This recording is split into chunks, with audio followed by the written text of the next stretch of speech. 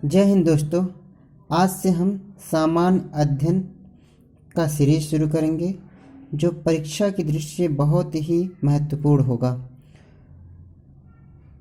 इस सामान्य अध्ययन के अंतर्गत हम लोग विज्ञान, इतिहास, सामान्य ज्ञान आदि विषयों के बारे में प्रश्न लेकर चलेंगे। तो बिना देर किए हुए शुरू करते हैं हम लोग पहले प्रश्न पे। पहला प्रश्न है, द्रव्यमान, लंबाई और समय के अंतर्राष्ट्रीय प्रणाली एसआई मात्रक क्या है? तो इसका जो उत्तर है किलोग्राम, मीटर और सेकेंड। यानी द्रव्यमान का मात्रक किलोग्राम एसआई में है, लंबाई का मात्रक मीटर है और समय का एसआई मात्रक सेकेंड है। तो इस हिसाब से पहले प्रश्न का जो उत्तर होगा वो ए होगा। हम लोग दूसरे प्रश्न की ओर चलते हैं। औषध की कौन सी शाखा शरीर, ऊतक और द्रव से संबंधित है? प्रश्न पूछ रहा है औषध की कौन सी शाखा शरीर, ऊतक और द्रव से संबंधित है। तो हमारा जो सही उत्तर होगा वो उत्तर होगा पैथोलॉजी।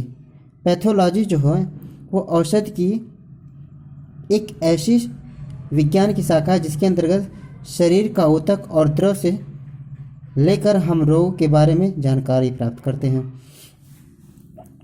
फिजियोथेरेपी जो है, फिजियोथेरेपी ये ऐसा विज्ञान है जिसके अंतर्गत हम व्यायाम से संबंधित अध्ययन करते हैं और इस व्यायाम से सहायता से हम विभिन्न प्रकार के शारीरिक रोग का निवारण करते हैं।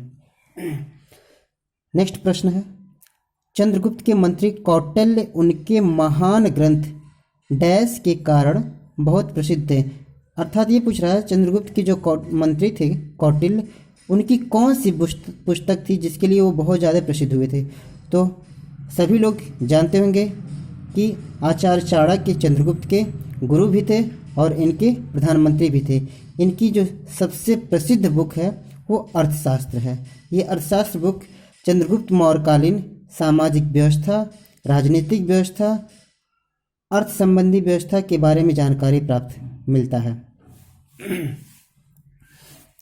जो कामसूत्र है, ये कामसूत्र जो है बुक, ये महर्षि वात्स्यायन के द्वारा रचित एक ग्रंथ है जो काम से संबंधित कई प्रकार के जानकारी प्रदान करता है। अभिज्ञान शकुंतला महर्षि कालिदास के द्वारा रचित एक बुक है।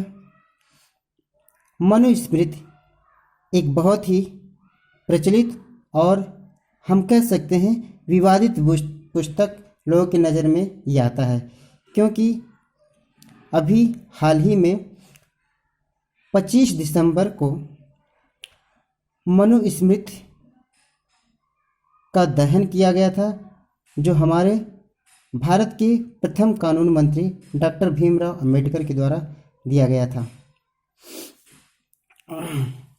नेक्स्ट प्रश्न की तरफ हम चलते हैं। निम्नलिखित में से कौन सा राजस्व व्यय का एक उदाहरण है? तो इस प्रश्न का उत्तर जो है एक प्रिंटर की मरम्मत, यानी मरम्मत जो है किसी भी वस्तु की, वो राजस्व व्यय के अंतर्गत आता है। अगला प्रश्न, पानीपत का प्रथम युद्ध निम्नलिखित में से किनके मध्य हुआ था? तो पानीपत का प्रथम युद्ध जो है वो इब्राहिम लोदी और बाबर के मध्य लड़ा गया था।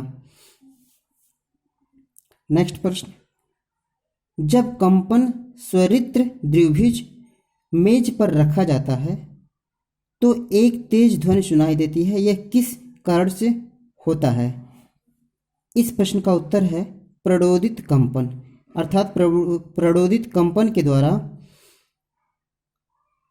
द्विभुज मेज पर रखे वस्तु को उसमें उत्पन्न एक तेज ध्वनि सुनाई देती है, तो ये प्रणोदित कंपन के द्वारा होता है।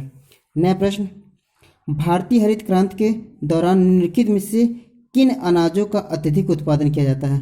हम लोग जानते हैं भारतीय हरित क्रांति जो होता है वह गेहूं और चावल उत्पादन के क्षेत्र में एक विशेष क्रांति जगी थी और इसका श्रेय भारत के महान वैज्ञानिक एम.एस. स्वामीनाथन को दिया जाता है।